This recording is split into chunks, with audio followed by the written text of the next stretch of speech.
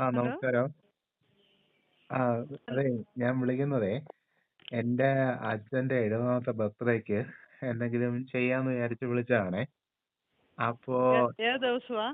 ആഹ് November 30-ാം തീയതിയാണ്. November Sunday ആണ്. 30th? ആ ഈ സൺഡേ അല്ല, അടുത്ത ഒരു സൺഡേ ആണ് നവംബർ 30th. എവിടെന്നാ വിളിക്കുന്നേ? ഞാന് ഇപ്പൊ കഴക്കൂട്ടാ താമസം. നമ്മള് കരമനയാണ് ശരിക്കും.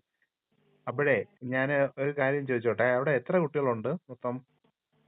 കുട്ടികൾ 14 ആൻഡ് ഓൾ ടുഗദർ എല്ലാരും കൂടെ 32 പേര്.